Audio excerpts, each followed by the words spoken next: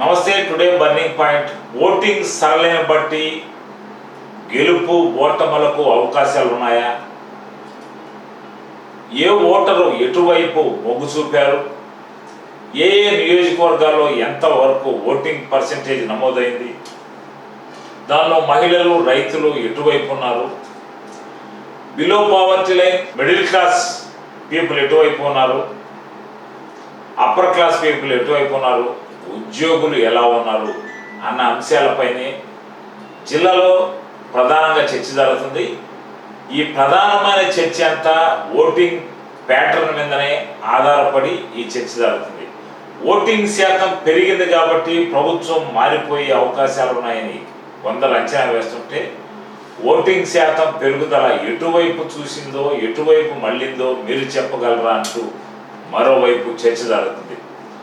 ఓవరాల్గా నెల్లూరు జిల్లాలో ఎవరికి ఎన్ని సీట్లు కైవసం చేసుకుంటారు, ఎవరు ఎన్ని సీట్లలో గెలవబోతున్నారు అన్న అంశంపై ప్రధానంగా చర్చ జరుగుతుంది. ప్రస్తుతం రాజకీయ నాయకులంతా ఈ నివేదికల్లో నిమగ్నం అయిపోయారు. ఏజెంట్లు, చీఫ్ ఏజెంట్లు, వ్యూహకర్తలు, సోషల్ మీడియా అబ్జర్వర్లు, సోషల్ మీడియా ఈ లెక్కలు వేసుకునే పనిలో పడింది. నెల్లూరు జిల్లా వ్యాప్తంగా జరిగిన ఓటింగ్ సరళిని పరిశీలిస్తే భారీ ఓటింగ్ శాతం నమోదైందని చెప్పుకోవచ్చు. ఇది ప్రభుత్వ వ్యతిరేకతకు సంకేతమని టీడీపీ చెప్తుంది. లేదు, ప్రభుత్వ అనుకూల పవనాలు వీచాయి కాబట్టే రెండు వర్గాలు భారీగా ఓటింగ్లో పాల్గొన్నారని వైసీపీ చెబుతుంది. కాదు మాకే పడ్డాయని కాంగ్రెస్ పార్టీ బల్లబుద్ధి మరీ చెబుతుంది.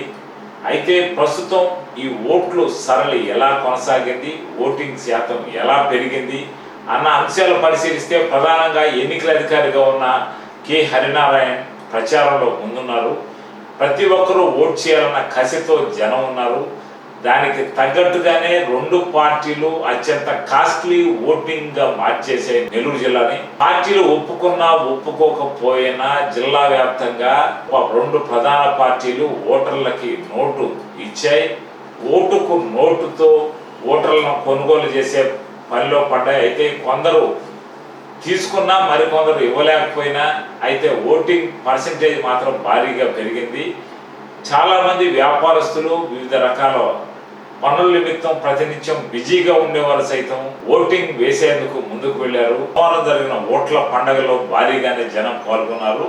ఓవరాల్గా నెల్లూరు జిల్లా వ్యాప్తంగా ఎత్తుకుంటే ఇంక్లూడింగ్ సర్వేపల్లి ఈ 8 నియోజకవర్గాల్లో పర్సెంటేజ్ చూసుకుంటే 78.10% ఓట్ల శాతం నమోదైంది. ఇది రికార్డ్ బ్రేక్. ఎంతవరకు ఈ పర్సెంటేజ్ ఒక బై ఎలక్షన్లో వచ్చింది తప్ప మిగిలిన సందర్భాల్లో ఈ పర్సెంటేజ్ వచ్చిన దాఖలాలు లేవు. అయితే ప్రస్తుతం జిల్లా వ్యాప్తంగా ఓట్లను పరిశీలిస్తే మనం ఇలా ఉన్నాయి. అయితే నెల్లూరు జిల్లాలో 19,44,285 మంది ఓటర్లు ఉన్నారు.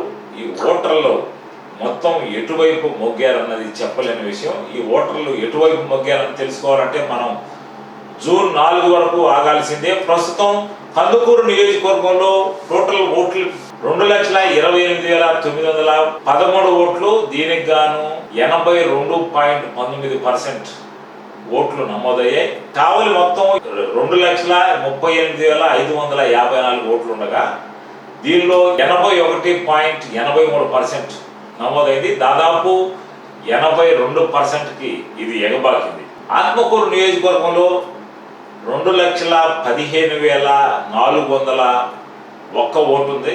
దీనికి గాను 82.6% ఓట్లు నమోదయ్యాయి. కోవూరు నియోజకవర్గంలో 2,67,345 ఓట్లు నమోదయ్యాయి. దీనికి గాను 72.09% ఓటింగ్ నమోదు చేశారు. కోవూరు నియోజకవర్గంలో 2,67,345 ఓట్లు మొత్తం ఉండగా దీనిలో 72.09 ఓట్ల పర్సెంట్ నమోదైంది. నెల్లూరు సిటీలో 2,39,494 ఓట్లు ఉండగా అత్యధికంగా 78.20% నమోదైంది.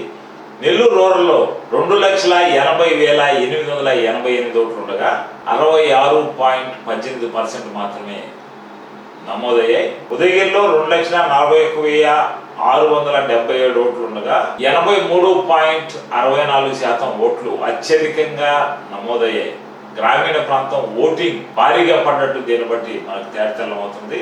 సర్వేపల్లి నియోజకవర్గంలో 2,32,011 ఓట్లు ఉండగా 83.39% ఓట్లు నమోదయ్యాయి. ఈ ఓట్లు గ్రామీణ ప్రాంతం ఓటింగ్ ఎటువైపు వెళ్ళింది, గ్రామాల్లో ఎవరికి అనుకూలంగా ఉన్నారు, టీడీపీకి అనుకూలంగా ఉన్నారా, వైసీపీకి అనుకూలంగా ఉన్నారా, లేదా కాంగ్రెస్ పార్టీకి అనుకూలంగా ఉన్నారా అన్న అంశాలు పరిశీలించాలి. ఈ పరిశీలన అంతా ప్రస్తుతం చర్చ తర్జుమాలు జరుగుతున్నాయి. ఎగ్జిట్ పోల్స్ ఇప్పుడే ప్రకటించే అవకాశాలు లేవు.